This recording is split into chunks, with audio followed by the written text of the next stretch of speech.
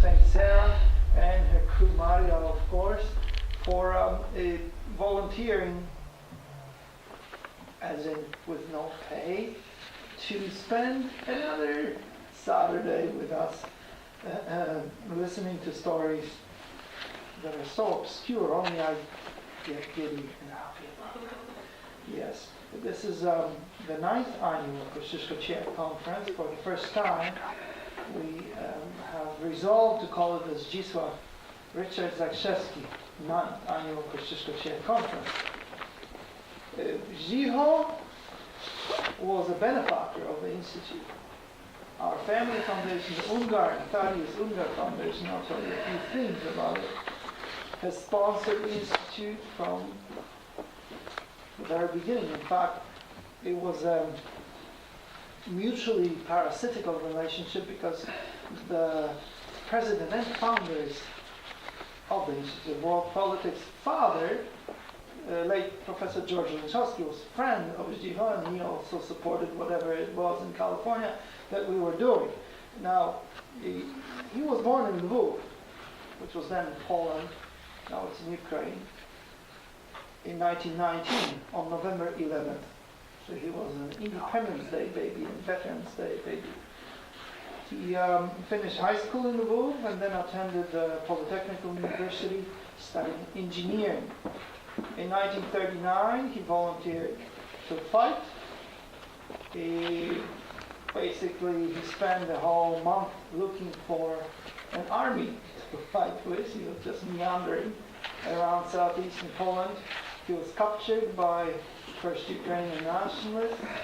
He managed to weasel his way out, and then by the Soviets. He was put in front of a troika, communist troika. He escaped from a Soviet detention, crossed to Romania. He was interned in a camp. He fled from there through Romania and Yugoslavia. He made it to Greece, where he stowed away on a ship. Arrived in France, where he enrolled, or re-enrolled, at the Polish Cadets Officers School, this time at Kutkinov. Later he fought at Narvik.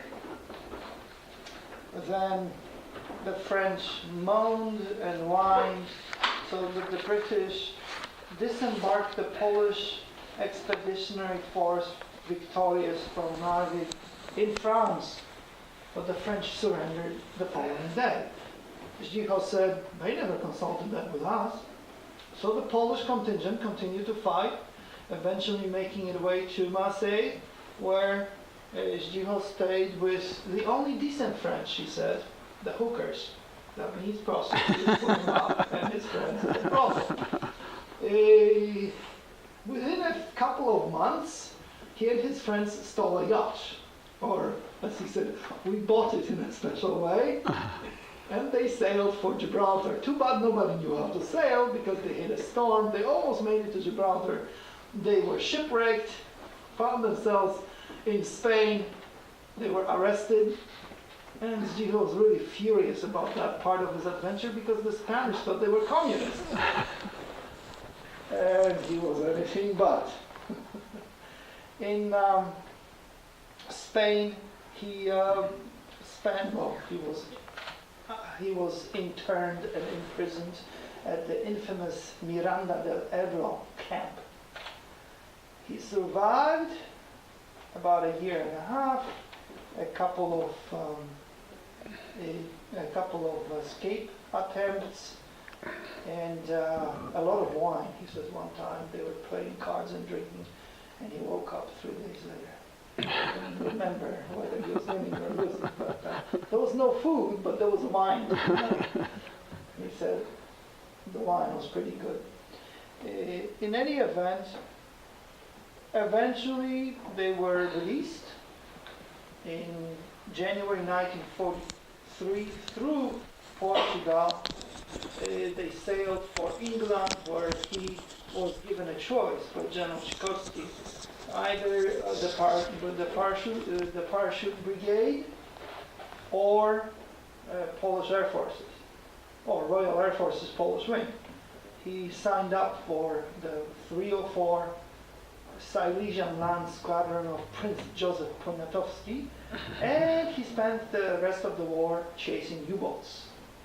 One of my favorite stories is they were flying Lancasters and Wellingtons, those were not flying fortresses, until the US helped out the Brits.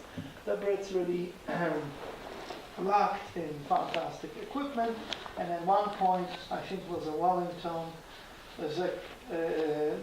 the bomber command decided to equip it with searchlights. Zdzislaw and his friends didn't like him because if you turn the searchlight on and you're a night bomber, then you're visible.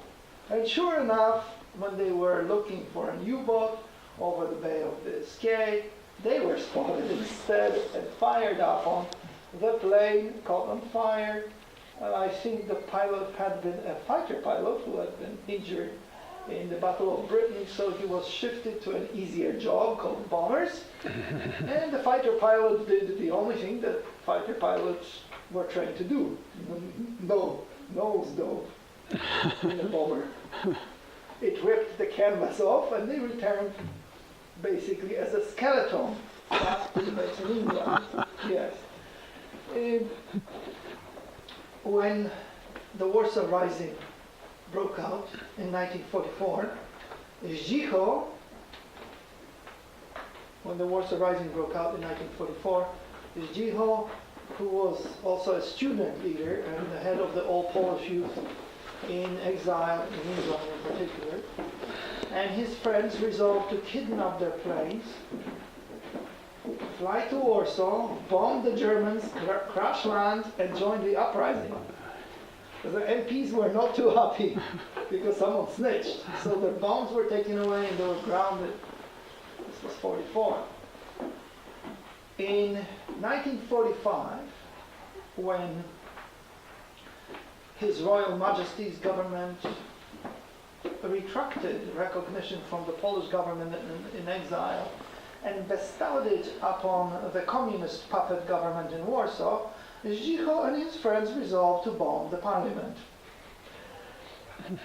Unfortunately, they also argued for too long whether they should bomb the royal palace, since the king was the head of the state, at which point they were arrested and put in the brig.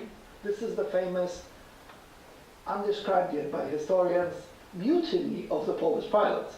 They were mostly kids in their late teens and their 20s. You can understand why. World War II started ostensibly to save Poland's independence and integrity. And then Poland was given up at Yalta to Stalin, which didn't please people like my foster father. You won't be surprised, but as he bombed the Germans during the war, he also attended school. Then he got his degree in engineering from the Royal Institute of Technology in the Polish University in exile. Eventually he was brought here to the United States, and when he was not an independent consultant, he usually worked on defense projects. For instance, he was an optical engineer, that was his specialty. For instance, he worked on a project to create a trigger, a nuclear trigger within the hydrogen device. That's how H-bomb operates. And there is a refraction segment, so it's all classified. Yes, and I'm making it up. He also worked on America's first generation spy satellites. It is a funny story which I'm going to share with you since you're my captive audience. We managed to send a post-Sputnik satellite up, but the images came back fuzzy. We photographed things, but they were very fuzzy because the lens, as it went through the atmosphere, became unusable. So my foster father developed a method where the lens was not ready for operation, and it would grind itself to perfection while ascending up. Friction made it perfect. Hence he was Minority Report on the Hubble. Before it went up, he said, you guys make sure it works. His last assignment was Lawrence Livermore Lab, and he was chief engineer. That's when Mr. Zakrzewski was fixing Patriots. We, at the dinner table, were talking about how the mirrors work on SDI. That was his project, Strategic Defense Initiative. Meanwhile, he had a bunch of kids, including me, and he launched a credit union. He resolved that bankers in California were thieves. So he set up a credit union where anybody could belong. First one, Polish-American Federal Credit Union. And he made one rule.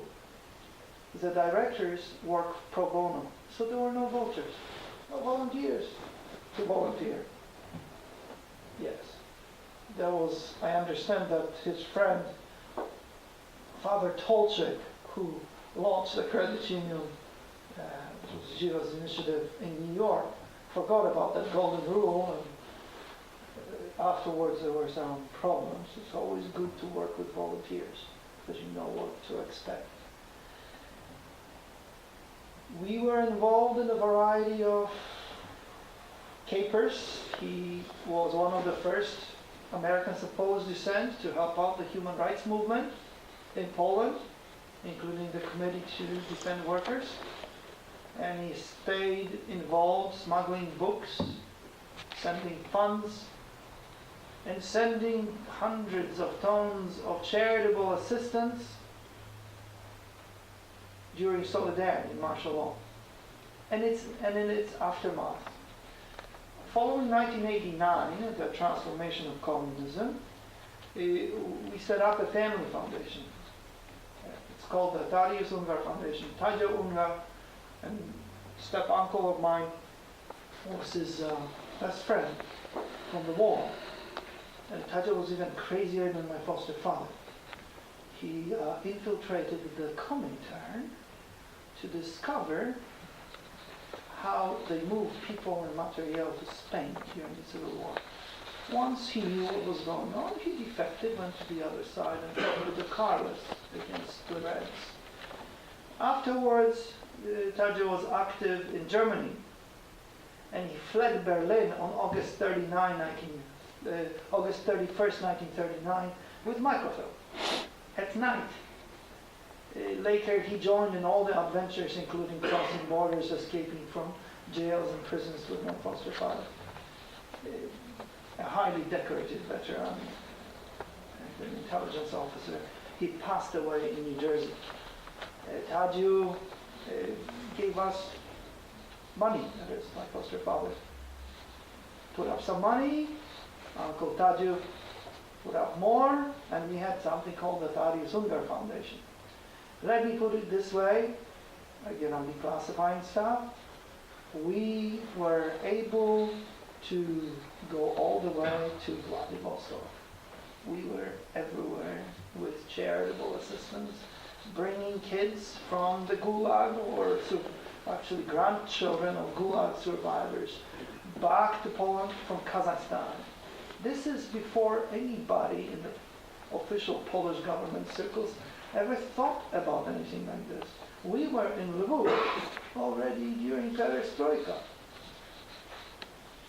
And this is all his brainchild. I would be amiss if I neglect to mention my foster mother, Zofia Zakrzewski, who helped with everything. She was the throne, not the power behind the throne. She was, and is, the most formidable wife that anybody could want. They worked on all the projects together. And I'm happy to say that the Family Foundation is coming to IWP. My foster mother couldn't make it, but she'll be here tomorrow. So if you stay, sleep over, So wake up, I have to pick her up at the airport. She's coming from California. And she'll be here for a few days, but she couldn't come. She could. She says, you want me to mail the check to you so you could waive it? I said, no, Mom, just come. That's okay. And that's the secret. I wanted you to know the secret. We have full plate today, once again, and a number of speakers. I'll introduce them as they come. Chatham House rules. So unless you are blessed, please don't. That's Donald Trump. Too busy with you guys. Pick up his phone. But, unless you have explicit permission to use names, please don't. That's Chatham House rules.